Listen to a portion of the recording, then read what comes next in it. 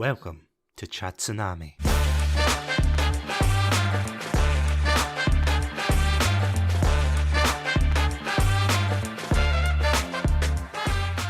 Hello everybody and welcome to another episode of Chatsunami. My name's Chatsunami and joining me for the very first interview of Season 5 is none other than the fantastic YouTuber herself, Honor from Honor's Diary. So first of all, Honor, thank you so much for coming on tonight. Thank you so much. Well, firstly, hi, how are you? Yeah, not too bad. How are you doing yourself? I'm good, thank you. I mean, I'm boiling. I don't know about you, but we're having this heat wave in the UK and I'm just melting here and I'm just like, Oh, I can totally relate. See, as someone from the north, genuinely, I don't know what the weather's thinking. 1 minute it's as you said, it's scorching heat and, you know, you can't go outside with a jacket on, and then 2 seconds later it's torrential rain. Well, is it right to say terrible weather? Wow, it has been terrible, I think. I mean, look at us being so British, talking about the weather, the first thing. But, like, honestly, I think having the coldish days and all the rain and now all of a sudden the heat, it makes it harder because it just hits you and you're just like, oh my gosh, oh wow. It's just one of those things. I mean, I'm sitting in a conservatory right now and the heat from that is really bad. So I'm just sweating here. But there we go. Oh God, I can only imagine, because as I was saying, I mean, today it's been, and again, you're completely right, this is such a British way to open, isn't it? I know. To be like, how's the weather today? Oh, not too bad, thank you. It has honestly just been flip-flopping all over the place today. It's been raining, it's been sunshine, and honestly, I'll be glad once autumn and winter rolls around and it's a wee bit cooler, and, you know, then I can complain about it being too cold, because I feel as if talking about the weather and complaining about it was an Olympic sport, I feel as if we would be up there getting the gold. Oh yeah, we'll be getting the gold, especially during Olympics. It's just like, we'll be very good at that. So just a wee behind the scenes peek for you lovely listeners out there. We are recording this quite early ahead of time, and as we're recording this, the Olympics are still on. It's been interesting, hasn't it? Oh yeah, I know. I wonder who's won. When everyone's listening, they'll know.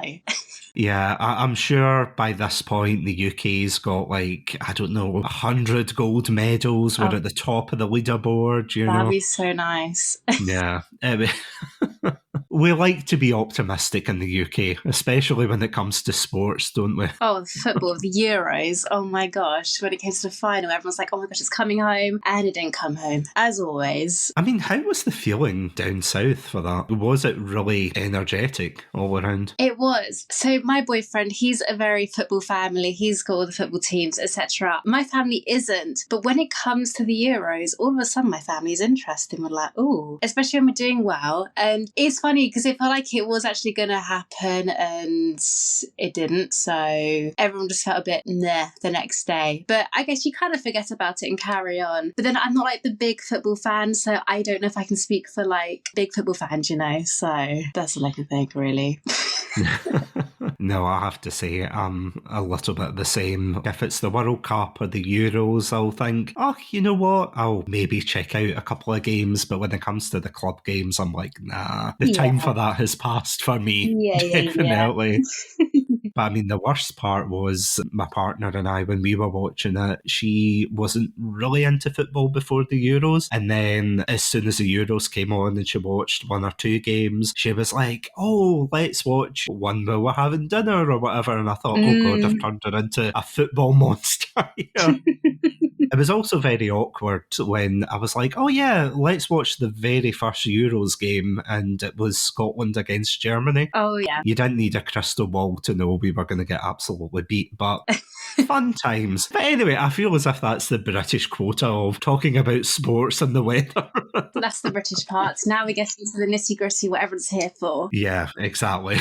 So, as I was saying before, you run a completely fantastic channel called Honor's Diary, which is, well, see, to be honest, I find it a very cozy slice of life kind of channel where you talk about your day-to-day things. It just has such a cozy vibe to it. Before we go on to that and explain how fantastic your channel is, what was the inspiration, especially for your own content content creation journey. And this is probably one of the prerequisite questions I always throw to people who come on Chatsunami, because I always wonder, was it a product of the 2020s when everyone was in the house during lockdowns? Was it something you thought about before COVID, or was it something you just thought of afterwards? So, I've actually been doing YouTube since 2014. So, Wow. It started off as 13, 14-year-old me making a YouTube channel behind my mum and dad's back because I was so young I wasn't allowed. And I did gaming. I played a game called Movie Star Planet, which is a children's game, and I recorded a few things and I'm like, oh, I like this. Then I would spend a lot of time watching YouTube videos and I thought to myself, I want to be a big YouTuber when I grow older. I gave up. And then when it came to lockdown, I started again, but it was on another channel and I did Minecraft gameplays. Again, I kind of went for the same vibe. It was cozy, cottagecore, very relaxing, just girly gaming on Minecraft. And I had a whole community. It went really well. But then after a while, I didn't feel satisfied. I just thought, I'm getting a bit burnt out with Minecraft. And I thought, I want to do something else. Now, I'm skipping to different pieces here, but at the same time, I was doing a university course and I do media production. So I do a lot of filming, and I created a short film which was based on a very cute, cozy scenario of a couple going on a picnic in the countryside. And I really wanted to focus on aesthetics. The absolute blast I had when it came to creating that, I was like, wow, this is what I love. This is what I want to do. But then I thought to myself, I don't really want to work in the movie scene because it seems stressful. And I was like, you know what? I can't do stress. So that's why I like cozy because I'm the complete opposite. So I thought I'm going to make a YouTube channel again, but this time actually do what I'm doing now. And I would watch loads of YouTubers who have a sort of similar vibe, but not really. And I thought, well, I live in the countryside. I love the countryside life and just really slow, easy living and just living my best life, but in the most simplest ways of just living my day-to-day life. And I thought, I want to showcase this. And since I've done that, it's going really well and I'm very happy. I mean, I've only been doing it for 8 months, 9 months, and I absolutely love it. I have to say, I think that you need to update your description on especially your Twitter handle, because I remember reading it and I think you said you had over 500 subscribers and now, am I right in saying it's over 600? Yeah, it's over 600. It's going quite quick. And I'll be honest, I'm not the best when it comes to remembering to update things. I know I need to update my bio or the description on my YouTube channel. That's really outdated. So I'm going to do that when I finish this. So thanks for reminding me. Oh, no problem. It's fantastic, especially seeing when you have a milestone post saying that you've reached a particular amount of subscribers and things. I have to say, I can see why, because your content, as we were saying before, and this is going to be the word of the episode, cozy. You do have that vibe for sure. Is it right in saying you've got a lot of vlog-based videos where you're going out, exploring different places and such? Yes, I do. So recently, where I've been going on holiday a lot, I thought, okay, I'm going around the UK quite a bit. I went to Wales, Cotswolds. They're all sort of my vibes. So I'm like, okay, I'm going to film this. And I did so, and I wanted to create it a very cozy vibe, like someone's coming along with me. We're going on holiday together and checking things out and just having and creating a nice vibe. So yes, I've been doing that and I absolutely love it.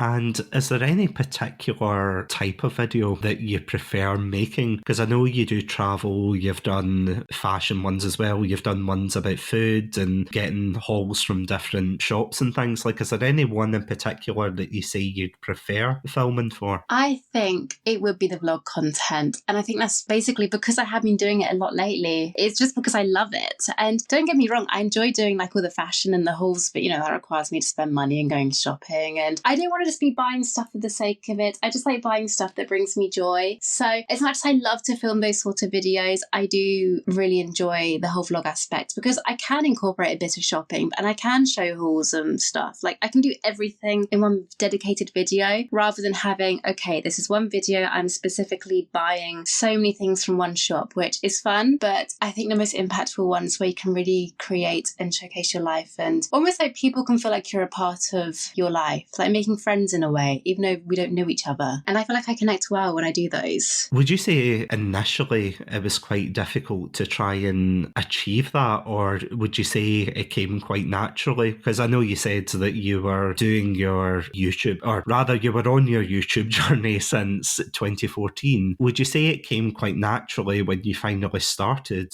Owner's Diary? Yes, I do think it has come very naturally. And again, that's just because of my experience that I have had. But I think also this is content that really resonates with me. Where I've done all this stuff in the past, I'm like, oh yeah, this is cool. This is fun. I mean, with my previous channel that did very well and I had thousands of subscribers, I didn't fully resonate with it. At first, it was like, oh, this is fun, because I was just enjoying playing Minecraft at the time during COVID. But after a while, I was just doing it for the sake of it because I had all these followers and I just wanted to please them. So I just kept doing it until I just got burnt out. But for the first time, like since I recorded my first video, I was like, this is me. This is what resonates with me. And this, I am truly happy when I post this content and create it. And I'm always brainstorming ideas and like, oh, I could do this, I can do that. And okay, I have dry periods, but I don't put the pressure on myself to constantly create every single day or like every week consistently. I do it when I have inspiration, because then I feel like I put out my best content, because just learning from the past, I don't want to be burnt out and just doing stuff for the sake of it. I want to create content that I love and really truly brings me happiness, because I know that will resonate through camera. As someone who's done streaming and podcasting and things and seen how a lot of people, and I don't know if you've seen this as well, especially when you were saying about your Minecraft content, that a lot of people feel as if they're railroaded into doing one particular topic. Yes. Whether it's gaming or whether it's talking about a particular thing, and as soon as they move on to something else, I feel as if it's quite hard for a lot of people, that there's definitely a drop off. But I mean, you absolutely highlighted that perfectly there, that as long as you're happy doing it, that's the main thing. Because do you feel as if a lot of creators kind of struggle with that, or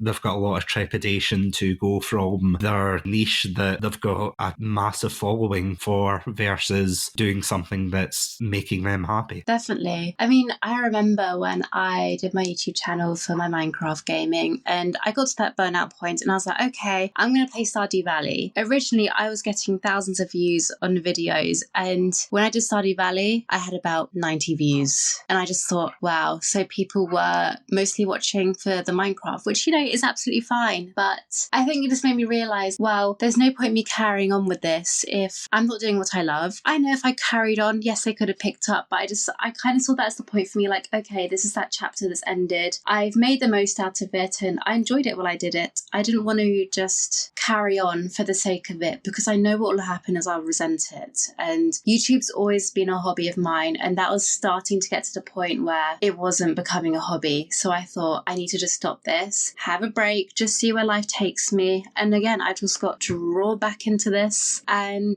I'm doing better than ever statistically. Looking back at my analytics, I'm growing at a faster rate than I have before. So it's quite exciting. Like, ooh, doing something that excites me is actually paying off as well. No, that's absolutely fantastic to hear, though. Especially when you go into something that is new, but it's something that you're eager to pursue, eager to share with the world. Would you say it's been quite difficult in terms of marketing? Because, and I'm sure a lot of indie creators, whether they're YouTubers, podcasters, streamers, they all kind of sighed when they heard that, the idea of marketing yourself. But do you find that quite difficult nowadays to try and put your content out there? Sometimes. My problem is I don't want to be too in people's face saying, here's my video, watch it, watch it, watch it, watch it. I want to do it low key. So my way of marketing it is just creating stuff that people would save and enjoy. So I will post it on Instagram, I post it on TikTok, I do it on X/Twitter, and I'm all right at it. I know I could be better, but I think, and I know we'll be talking about this later, since I've been publishing my book, I have been putting more impact into marketing myself, because I'm realizing like, oh, I'm not going to make sales if I don't do this. So I am doing a lot of things, but I think my main thing that I've been focusing on is SEO and doing all the technical stuff to help push things to get views, and I find that helps as well. No, I'm totally with you there. It is quite difficult to put yourself out there in terms of you're not wanting to bother anybody. When you said that you don't want to be in people's faces and things, because I don't know about you, but I feel as if there's kind of a fine line between it. Yeah. That you don't want to be assertive and in people's faces, because you're just going to put them off your content. But on the flip side, if you don't put yourself out there, then you're not going to find your audience. And it is just really hard trying to find that middle ground to be like, okay, here I am. You can find me here, here, and here. But neither is it people throwing their links in your face. Because before we go on to talk about your book, which honestly, fantastic, congratulations on that. Thank you. Have you ever had that before where people have DM'd you to be like, oh, I'm a, I don't know, YouTuber or whatever, come watch my videos, and they've just posted a link and then never interacted again? Yes, I get that. Also, one thing I get a lot on Instagram, because I kind of do like the influencing stuff, which I love to do. So I post a lot of outfit photos in the countryside. So I come across with the fellow influencers and stuff. And some are absolutely lovely. I've made friends with them and we get on so well. But there's others, and obviously I'm not going to name names, but they would message me and say, I've posted a photo, can you like it please? I'm like, yeah, sure. I don't hear anything again. I've posted another photo, could you like it please? And I'm like, okay, yeah. And then you're just kind of like, I feel a bit used, because I enjoy having interactions with people. Like if someone messages me and, you know, if they say, could you like this please? Of course I'll do it. But then I'll interact, I'll start making friends. That's how I've made friends with people. I would message people, we'll just chat and, you know, we just interact with each other. But yeah, I feel like there are some people that do very much just, they're very brave. They're not afraid to just consistently share their content to everyone. And I think because I get slightly bothered, because I just feel that I could be getting taken for granted, I do worry that I might come across in that way. Because I just don't want to make anyone annoyed. Because I guess for me, my content's all about positivity and making people happy. So it seems a bit hypocritical thinking about bothering people to promote my content. No, I totally know what you mean. Again, it's that middle ground of thinking, okay, how am I going to present myself, present my content? And as I said before, you know, your content is fantastic because, and this is going to sound terrible, me saying like, oh, you're positive, and then saying, now let me tell you about the negative side of this, because it's not really as much anymore, but it was especially when I was streaming and you would get people saying, oh, follow for follow and all of that, and they would just spam you with their links or the YouTube channels, or it was just like a whole hodgepodge mix of things. But then when you went to their channels, they weren't really interacting with people, and especially when you would go and you'd say, oh, I'm here for blah blah blah, and they'd be like, oh, okay, and then they would just never talk to you. And you're completely right. I think it's something that a lot of new content creators especially have to watch out for, with other influencers coming in and saying, oh, like my stuff and whatever, but then expecting that and making it into a norm. Definitely. I know that also for follow, it's the worst thing you can do for the algorithms. And I think I'm going into my job here because I'm a social media worker, as in like, I do all the marketing and stuff for other brands. So doing follow is the worst thing to do for the engagement, because yes, you get the followers, but the people who ask to follow you, they're not going to interact with your profile, or it's very unlikely that they will again, because they keep reaching out to everyone to get them to follow. So they're not going to be able to consume your content all the time. So it can kill the engagement, and actually it can be worse off, because the algorithm, whether it's YouTube, Instagram, whatever, they'll see that you're getting all these subscribers or followers, but then they're like, oh, but no one's liking the post or watching it, so obviously it's not a good channel, we won't push it out anymore. Yeah, you can definitely tell the people who have bought their followers, or 100%. I don't know, it's really bizarre to me that someone would pay for that amount of followers, but then when you actually look at their posts and they're getting, 3 likes, maybe 1 comment, it is really surreal. And especially, and this is something that if you ever make a podcast one day, honestly, be wary of podcast bots and promoters, because you'll get these people who will email you or message you and say, oh, I'll promote your podcast for, a ridiculous amount of money, and we'll give you quote unquote organic followers and whatnot. It's a dangerous game to begin with, but I've heard of horror stories where people have done that and then they've refused to pay them consistently. So then what the people who have gave them the bots and things will do is that they'll mass 1-star their show, they'll give them bad Oh, reviews, wow. and just utterly review bomb it to oblivion. It's a silly thing to do, but I suppose if you're starting out and you see an easy way out to begin with, I suppose people can be tempted, but no, you're completely right once again. It's definitely not the way to go. And I feel so old saying that, you know, that way, Yeah, I get that. yeah, you know, when your parents used to say, like, oh, hard work and determination and everything, and you're like, yeah, sure. But honestly, those words are so true when it comes to content creation and things. And speaking of hard work and dedication, Yeah. this is my segue into talking about your absolutely fantastic book, which when this episode comes out, it should be out on Amazon, Yep. called How to Romanticise Your Life, which love the title. I love the cover as well. Thank you. So would you like to tell the listeners at home a little bit about this book? Okay, so it is a self-help book, and basically the whole title is How to Romanticize Your Life, the Ultimate Guide to Living Your Desired Reality. It's funny because when people ask me saying, what is this book about? I'm a bit like, it's about a lot of things. Trying to sum it up can be quite difficult into a sentence, so I'll do my best to explain it. But what I like to say to people is when you think about your dream life, automatically you think about getting married, having children, getting your dream job, buying a house, traveling the world, which, don't get me wrong, all of these things are amazing and can attribute to such an amazing life. But actually, think about how you're living your life right now. When you get married, you have one day of a wedding and maybe a honeymoon period. After that, you're living your day-to-day life. When you have your dream job, yes, it's exciting when you first have it, but then you're living your day-to-day life of whatever you're doing for your job. And all of a sudden, you realize that life can become very mundane. And there is a big crisis where people feel like, oh, I'm not living my best life. I've been doing all this and I'm not satisfied. So my book teaches you how to live your best life, but it's all about the techniques and things that you can do to make right now what we would class the mundane, and it helps you find the magic in it. So doing day-to-day things that actually, when it's nighttime, you look back every day and you think, wow, I've had a really good day today and I feel like I'm thriving and at peace in life. So basically, the way I guess I could describe it, to help you find the magic in your mundane life. That's a perfect summary. Yeah. It's quite hard. I think I had to use that quote actually. Now thinking about it, I'm like, oh, that's a good one. I better make a note of that. That'll be going in all the reviews, won't it? Oh, yeah.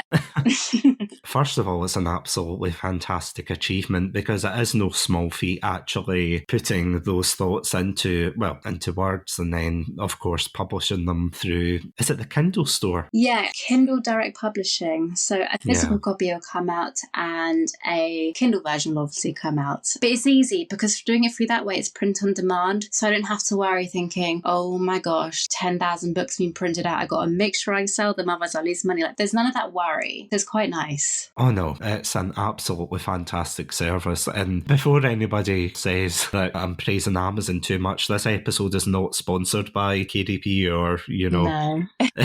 or Amazon. Amazon, if you're listening and you would like to throw a wee bit of money our way, please feel free. But no, it's an absolutely fantastic service. Just out of curiosity though, what inspired you to go that route and decide that you were going to write this book? Because as we've been talking about before, you did an absolutely fantastic job with your channel and everything. So what was the turning point for you that you thought, right, I have to write this book. I have to share these tips with the world about how to romanticize your life? So, funny enough, that we're going into some of my other avenues. I've lived quite a life. I've done loads of things. So let me jump into it. About 2 years ago, I guess I could say I had a bit of a spiritual awakening. I was a tarot reader. I did coaching for people in like the spiritual realm, all of that. And it was basically COVID and doing that. And I just had loads of realizations about life because I was very aspirational. I had a lot of goals and I wanted to do a lot of big things and I achieved some of them. So for example, starting a business, I was always wanting to do that and I set that up for myself and I had like, loads of aspirations like earning a certain amount of money, etc. And I was getting that.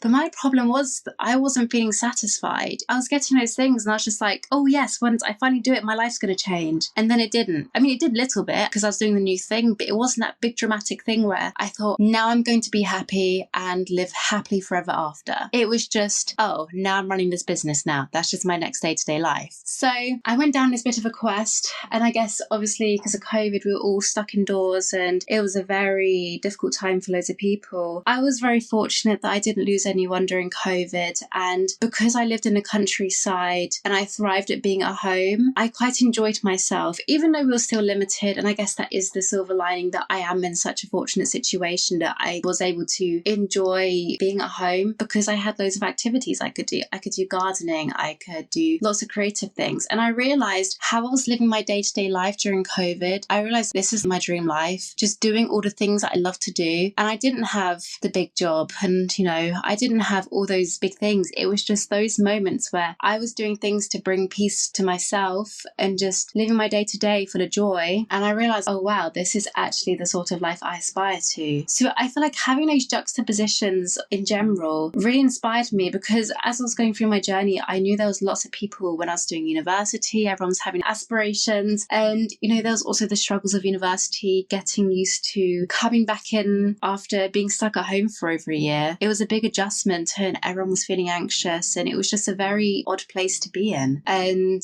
it just inspired me to write that book because I've always loved writing. I've been so passionate about it. And fun fact, I wrote my book while I was doing my university dissertation. So I was doing 2 big projects at the same time, and it did make me realise, okay, yes, I do have a message I wanted to put out into the world. So I've now officially done it and wrote that book.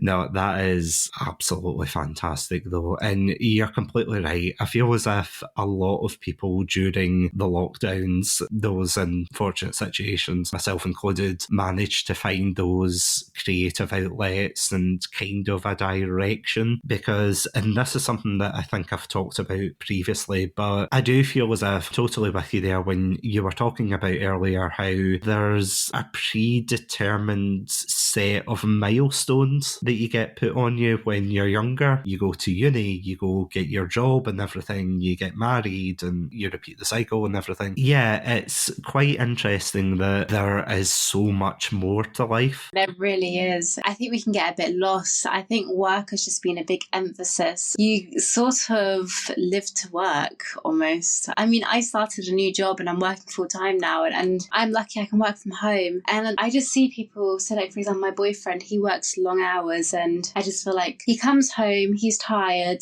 and I just feel like there's so much beauty in this world that I feel like we miss out on because a lot of people are focused on doing things just to survive. And I just wanted to write something that could help maybe just ground yourself into the moment and just realise all the beautiful things that are around you, and actually realise, there's a lot we can work with, even if we do have a short amount of time, just to help make life feel that little bit better. I feel as if it's a very important book to come out as well. And I'm not just saying that because you're on, and and also the fact that your PayPal donations also come through. Yeah.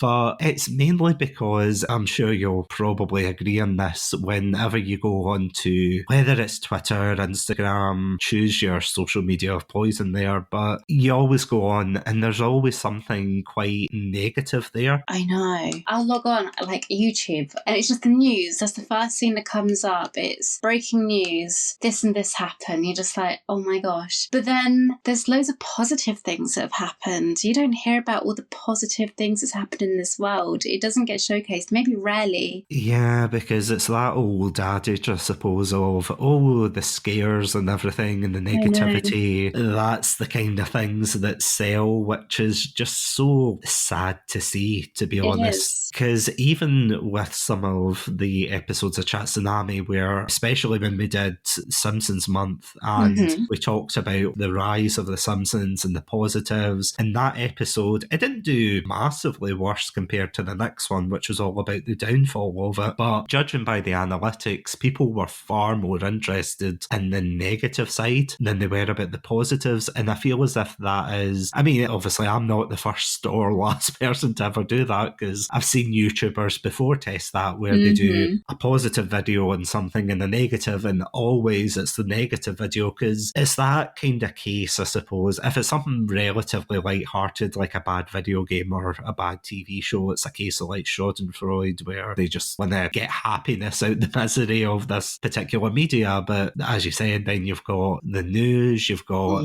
other news about social media stars and things. It's this kind of thing of, of negativity, and it is quite difficult to stay positive at times. So that's why I said what you're doing, whether it's the book or especially the YouTube channel, it is something that's very welcome. Well, I was just thinking I wanted to create something positive because negativity is addictive. It's known that it's addictive. When you start going down that rabbit hole of seeing something that's negative, you want to look into it more, and you're like, ooh, I'll look further, and all of a sudden you're just like sucked into this thing of negativity. So I wanted to create something that would help you ground yourself and be present, and basically it teaches you to realize when you're getting into that pattern of like, oh, I'm getting into a pattern of negativity, I need to stop myself and just ground myself in this moment and focus on something positive. Would you say as well that, see, in terms of social media algorithms and things as well, that when you're scrolling, that if you see or even glance at a negative thing, that it can, like as you said, going down the rabbit hole, it really tries to draw you to that? So one of my biggest problems that I'm having at the moment, where I've started on my new job, I am borrowing my boyfriend's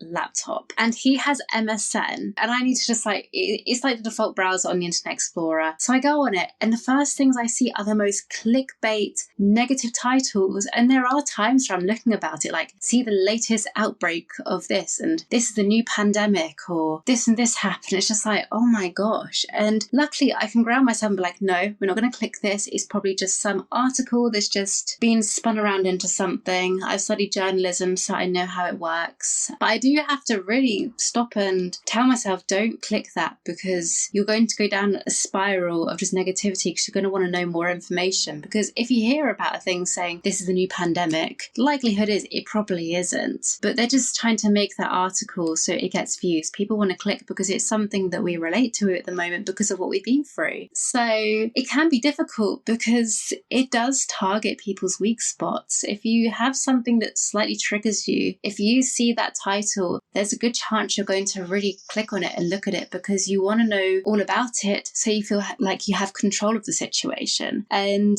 for a lot of my research, that's why people look at negativity, because it gives them a sense of control, knowing all the details, so they know how to process their emotions and what to do next. See, in all honesty, I can't imagine your content would get any negative attention, but have you ever had to deal with that yourself in terms of when you're putting your content out there? And let's face it, you get people who are just miserable for the sake of being miserable, and that's coming from someone who's Scottish here. I could spot them a mile off. Oh, yeah. But yeah, have you ever had to deal with that? Yes, luckily not so much recently. The latest comment I think I've had that wasn't really hate, but it was just that's a bit odd. It was, I can't understand you. And I'm like, okay. Then I have had stuff in the past where I was, again, doing my spiritual stuff, especially the tarot readings. I would do those online for people, and the amount of negative attention that brought, which I was expecting because it was such a taboo thing. But that's just a fun little hobby I did anyway. Then when I did my Minecraft YouTubing, I did have some issues then. I had a person who actually stalked me, which was very creepy. I had their message, or they emailed me saying, oh yeah, I see you live in this place. And I had a full panic thinking, oh my gosh, how? Like what? Luckily that got all sorted. But yes, I have had my fair share of negativity, but I've kind of learned to just blank it. I guess I do the thing of kill them with kindness, because I know that if I just comment back and say, oi, how dare you, blah, blah, blah, blah, blah, they'll just retaliate. That's what they want. They want your reaction. And people comment because they're hurt. Hurt people hurt. That's what the saying is. I just know that if they're saying something horrible, they're saying it to me because they feel bad about themselves and they need to do something to make themselves feel better. Because I know with my content, I want people to feel good. In a way, I kind of have that mindset of like, okay, if I get a negative comment, they're getting it out their system, I can delete it and they can go on with their day and I can go on with mine. And I think that's just the best way for me to go about it, really. Otherwise, I will just get sad.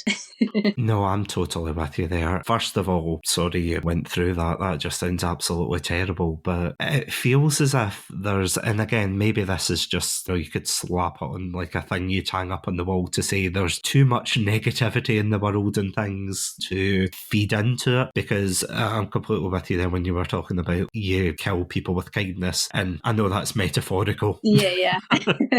Because the amount of people that I've seen, I have to say, even when I've put like a stupid comment about something and, somebody takes it far too seriously and whatnot. Yes. And I have to admit, I've just gotten in the way of, unless, they're very aggressive or whatever, or just over the top, I tend to ignore them. Or even if they're moderate in terms of, it might just be a misunderstanding, at least I can talk to them. But I don't know, there's no real victory there. There isn't. Because at the end of the day, that person at the other side of the computer, either they're going to be a troll or they might even just be having one of the worst days of their life. And I think it's something that a lot of people nowadays, they don't really consider when they go online. It just seems as if because all of our communication now is instant and, you can just throw out a tweet, you can throw out insults whenever you want, which for legal reasons, please don't do that. Yep, don't.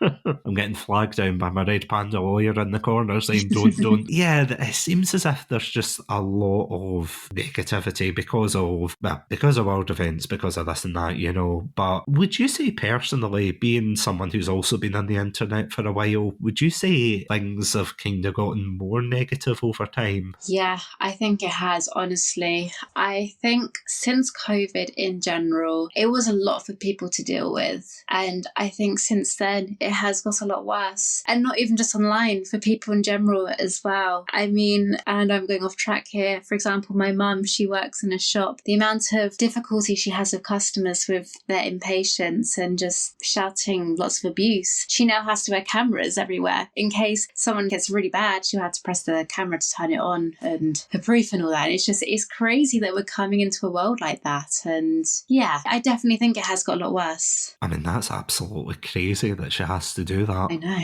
I have to say, I've seen it a lot online that people have complained about people not having as many manners nowadays and things like that. And I have to admit, coming out of COVID initially, I was like, maybe it's just over the top and it's just like one or two bad experiences, And then when you actually see it, obviously I've not been in that kind of situation, but you do see a lot more people who are very curt with one another, they're very sharp, or they're more likely to ridicule something rather than prop them up. Something that was really surprising to me when I got into podcasting was the fact that the indie podcasting community, for definitely the most part, is one of the most welcoming communities you could ever have online, where you have all these kind of sub-communities as well that are just propping everybody up, they're supporting each other and everything. And it's weird to see that almost like a micro-society, as it were. I know. And then you look to real life and it just seems quite, I don't want to say depressing, but it does seem quite sad to see things go like that. But see, in terms of the YouTuber indie community, and especially for the book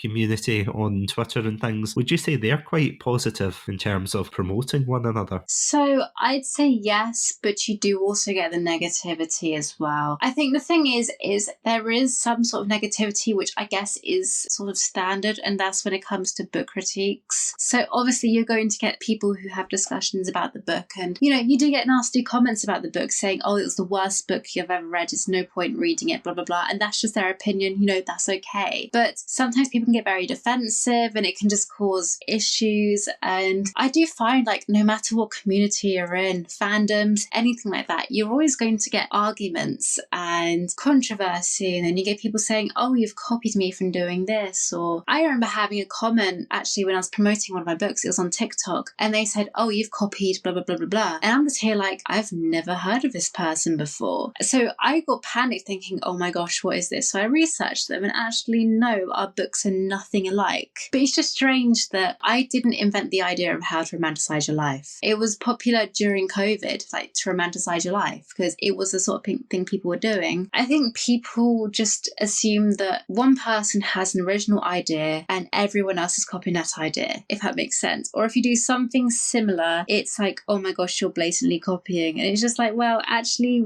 we just have some similarities, but there's loads of differences as well. So it can make things a bit difficult because people just get so defensive as well. And yeah, it can be quite difficult. You have seen the exact type of fans that you're talking about there. I mean, I witnessed it firsthand. Funny enough, I know a lot about the Star Wars community. That can get very toxic as well. There's the Disney fans who love it since Disney had taken over, but then you have the side where they absolutely hate Disney and they hate the sequels, and the amount of arguments there is over that. And I'm just like, how can there be so much negativity in a space that's meant to be positive, where it's just an amazing universe? It's insane to me, but I don't know. I guess people just thrive on that in a way because, like I said, it's addicting. I have to say, when my co-host and very good friend Andrew and I, we did a Star Wars month for the podcast, and researching that was it was a wild journey, because we did the 3 trilogies. We did like the prequels, which were widely hated in the 90s and early 2000s. We did the originals, which are widely beloved, and then we did the sequels, which, oh my gosh.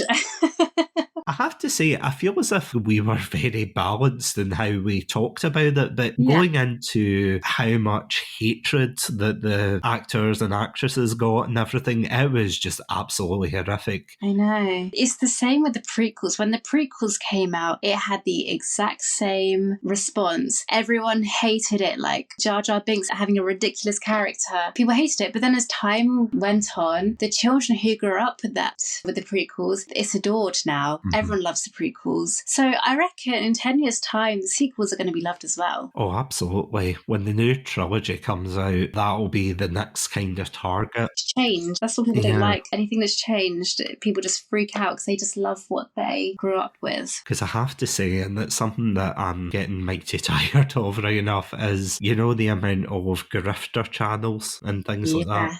The ones who, they'll pop up with a very, very stupid thumbnail and they'll say, oh, look, this thing that people like, you know, I don't like it. And you're like, okay, all right, cool bean. But they use very much the same script, the same... I know. Just the same words and the same buzzwords. See the words of media literacy. I know. You know what that makes me think of? I don't know why, the thought just popped into my head. I actually miss the old days of YouTube. Back in the day where you'd have really just simple videos and people doing it for fun. They weren't high budget. It was people sitting in their rooms like, hi guys, I have this and this is blah, blah, blah, blah, blah. It was just simple. It was fun. Now it's either really high quality or it's almost like done in like a studio. I don't know. It just feels like that homely feel where the YouTubers are relatable. That's just gone. It's all now getting views, getting clicks, and it's factory produced to just be another TV show, almost like that. And I miss that at-home aspect of YouTube, where in the girly industry, I don't know if you know much about that, but it would be simple videos as like, what's in my bag, or look at my collection of this, and it was so simple, or like this little challenges like Chubby Bunny Challenge and all of that.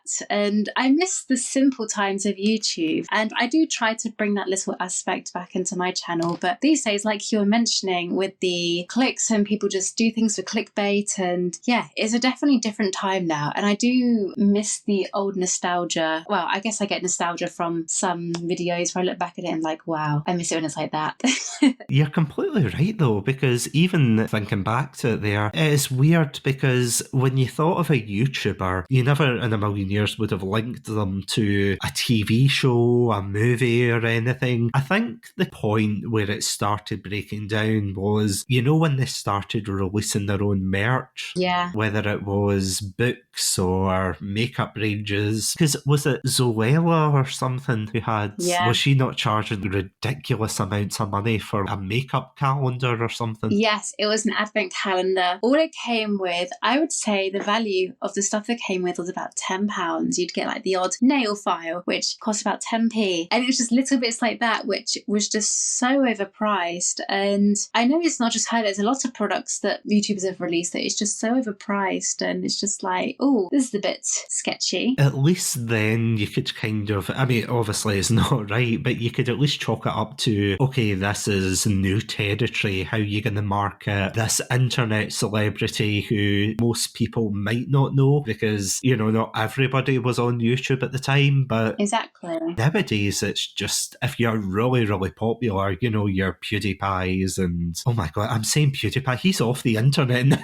I still watch PewDiePie. I love his content. He just does vlog stuff with his kid, and it's just the cutest, wholesomest thing ever. He is honestly probably one of the better examples of the success story in terms of he's done his gaming content, then they got married, and, you know, now he's just filming, as you said, just documenting his life. Same with a lot of other former gaming creators. I don't know if you've watched I think it's Game Theory. Oh yes, I've heard about Game Theory, yeah. Yeah, the main host for that, MatPat, he was the iconic person who would always come on every episode and, you know, do the whole, but that's just a theory. But then I want to say he became a producer for a musical or something in London. I could be wrong on that, but he was part of something for that, you know, because he left his channel and he just said, oh, I'm going to do this now. I was invited to do this. And it is really interesting to see all these bigger YouTubers that they've had their time in the spotlight and then they've kind of stepped away and then they're just really doing what they want to do. Yeah. As opposed to the ones who are kind of terminally online.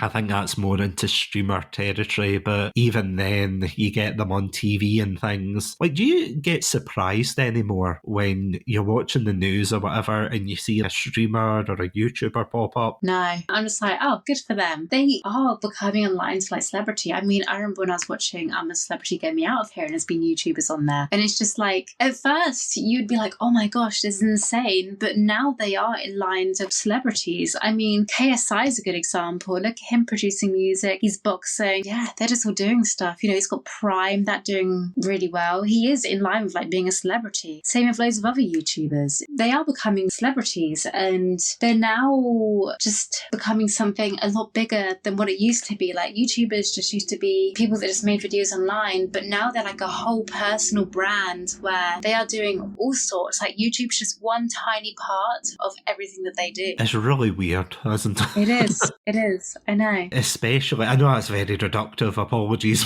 but it's just, as you said, going from that kind of cozy, homemade feeling for the early days of YouTube, and now everything has to be like a massive production, as you were saying. Do you feel that way as well with your stuff? Because don't get me wrong, your stuff is absolutely fantastic and it is very well shot, so I don't want to insult you by saying in comparison, but do you feel that way as a YouTube creator, that there is a pressure to keep up with, I wouldn't say high cutting technology, but would you say there is a pressure? So I'd say that is like an industry standard that you would have to do in order for like your content to do well. So I do feel like there is a pressure in aspects, but I know there are plenty of YouTubers, at least in my niche, that kind of do similar to what I do already. So at least I know that I'm doing enough. I don't have to feel like, oh, I need to have like this big budget studio. I don't need that. I just need to showcase my life. I think sometimes the only thing that I feel like I have the pressure of is making my life interesting. Sometimes I feel like, oh, I've got nothing going on and maybe I'm short on money, so I can't really go shopping somewhere to, I don't know, do a vlog of me shopping somewhere. I don't know. But there is that pressure with the actual content because, you know, I do live a normal life and yes, it makes a good video once, but I think doing it every week, it's not the same. So that's why I like to mix things up. So sometimes I do the vlog content, sometimes I do the fashion, etc. It is good to have that mix so I don't feel, I guess, burnt out or really struggling to get ideas of what to do. But I do think it is getting that right balance, and I don't want to fake my life and do things completely out there just for the sake of views and for making a video. I like to do things as and when and fit it around my life because I guess, you know, it's Honor's diary, it's my diary. I don't want to change my life for the content. This is just a diary of my life of the things that I do. So yeah, I think I just have to keep myself present and grounded. Like people, or I'm showing content of my life. People don't need to see me living the most extravagant life where I go to these 5-star hotels and ride the Lamborghinis or whatever. Sometimes it's nice just to watch a cozy video of someone's normal day, just something that's that bit normal, because then it's relatable. And I think we need that sometimes because, you know, with social media, everyone everyone shows the best part of their lives. You see all these YouTubers that are successful and they have the big houses, especially the vlog ones. They have the fancy cars, they have this and that and all the designer stuff. And people watch that and they want that, but it's not relatable. So I try to bring an aspect of just showing my life that is similar to other people's lives and just showcase it and just show the beauty in that. So people can look at my videos and be like, hey, my life is like that. And the way she shows it is very pretty. So it means my life will be pretty too. That's kind of the hopes anyway, at least when I make my content. No, honestly, that is so important because it is something that I feel as if, and especially in terms of the bigger content creators as well, where, as you said, they are showing snippets of their lives, but they're showing, and this is something that one of my previous guests had brought up as well, that on social media, you're only really getting the highlight reel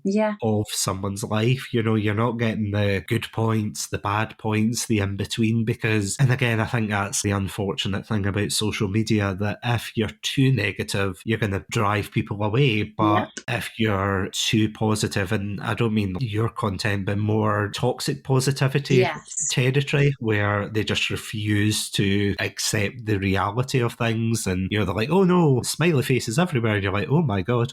It can be difficult. I mean, I know when I do my videos, I do push out my voice and I do smile. I mean, I'm happy, but like, you do put up a bit of a act just to make sure it's engaging, but not to the extent where it's like a bit creepy or very unnatural, you know? So yeah, I definitely do think with everything, there is a balance. You need to find that. Otherwise, it can come across in the most strangest way, or it just doesn't rub right on people. So you do have to try and get it perfect, I'd say. And honestly, I think you're doing an absolutely fantastic job of that. Oh, thank you. Honestly, there's a lot of negativity, especially as we were talking about there, people who are posting, oh, this is what I did today, and it's like they've gone to this extravagant place or whatever, and that isn't going to be everybody's experience. And I mean, especially for myself, there's no way in hell I'm getting in a Lamborghini or anything anytime soon. I mean, plus this podcast is audio only anyway, so that would be such a waste. But honestly, I absolutely love the message that you put across for your channel. I think it's such a great message. It is something that a lot of both creators and viewers have to hear more of. And yeah, honestly, it's just absolutely fantastic stuff. But as a final question though, what is coming up for your channel in the future? As we talked about, you've got your book that's currently out, How to Romanticise Your Life, which is on Amazon. You've also got your YouTube channel, Owner's Diary. So what kind of things are you hoping to do in the future? I mean, as this comes out in October, so hopefully all the autumn content, all the coziness and being inside, so I'm hoping for that. But I don't know, I just go with the flow. If an idea inspires me, I'm just going to go for it. But I'm definitely going to keep going. I'm definitely just going to enjoy life and just share it with people. I know there's so many things I could plan and have all these big ideas, and I used to do that, and it can get a bit tiring sometimes. I think now my focus, instead of having these huge goals for my YouTube, I'm just like, okay, you know what? I'm just going to do what makes me happy. I'm just going to post what feels good for me at the time, and people can just come along for the ride and we just see what happens. Because I think sometimes if I have these big goals, I will be a bit like, oh, I didn't achieve it, or like I'd feel stressed out or something. And I did have all these big goals back in the day, and when it didn't happen, it was a bit like, oh. So I think just expect more coziness, expect more positive vibes, and I will be investing in the quality of my content and just making it better. Because there's a quote that actually I heard Mr. Beast say about his content, and he would always say his biggest tip for YouTube is when you post a video, make sure your next one's better, and then after that, make sure your next one's better, and always think about how could you make your next video better. And I always have that mindset when I create. So I guess just think about the thing that I'm going to offer is what I do it already, but much better, and just showing my journey of how life goes wherever that's going to take me, because it's my diary. So you can just come along with it, because it's a diary. Sometimes when people, they just write stuff in their diaries that's an absolute mess and they're crying their eyes out. I mean, I won't be doing that, but I'm just showing my life. If it gets messy, then I guess I'll just show that. So yeah. Honestly, that is such a lovely message to end the episode on. So, Honor, thank you so much for coming on tonight and discussing your work, discussing your book, discussing the channel. Yeah, just discussing all things positive with yourself. Well, thank you so much for having me. I really enjoyed this. It was a pleasure speaking to you. And yeah, I just really enjoyed myself. I'm so grateful to be here. Just before we wrap up, where can these lovely listeners at home find your content? So they can find it on YouTube, Instagram, TikTok, Twitter /X, whatever you want to call it. And obviously my book. It is all Honor's Diary. So it's quite simple. Same name everywhere. You can just find me on the socials and yeah, I'll be there. If you want to check out more episodes from ourselves, as well as other great interviews, this one included, then you can check us out at our website, chatsunami.com, as well as all good podcast providers. I also want to thank our Pandalorian patrons, Robotic Battle Toaster and Sonia. Thank you so much for supporting the show. And if you too would like exclusive content, behind the scenes, early access, and so much more bonus content, then you can check us out at our Patreon page, patreon.com/Chatsunami. But until next time, thank you all so much for listening. Stay safe, stay awesome, and most importantly, stay hydrated. Welcome to Chatsunami, a variety podcast that discusses topics from gaming and films to anime and general interests. Previously on Chatsunami, we've analysed what makes a good horror game, conducted a retrospective on Pierce Brosnan's run as James Bond, and listened to us take deep dives into both the Sonic and Halo franchises. Also, if you're an anime fan, then don't forget to check us out on our sub-series, Chatsunami, where we dive into the world of anime. So far, we've reviewed things like Death Note, Princess Mononoke, and the hit Beyblade series. If that sounds like your cup of tea, then you can check us out on Spotify, iTunes, and all good podcast apps. As always, stay safe, Stay awesome, and most importantly, Stay hydrated.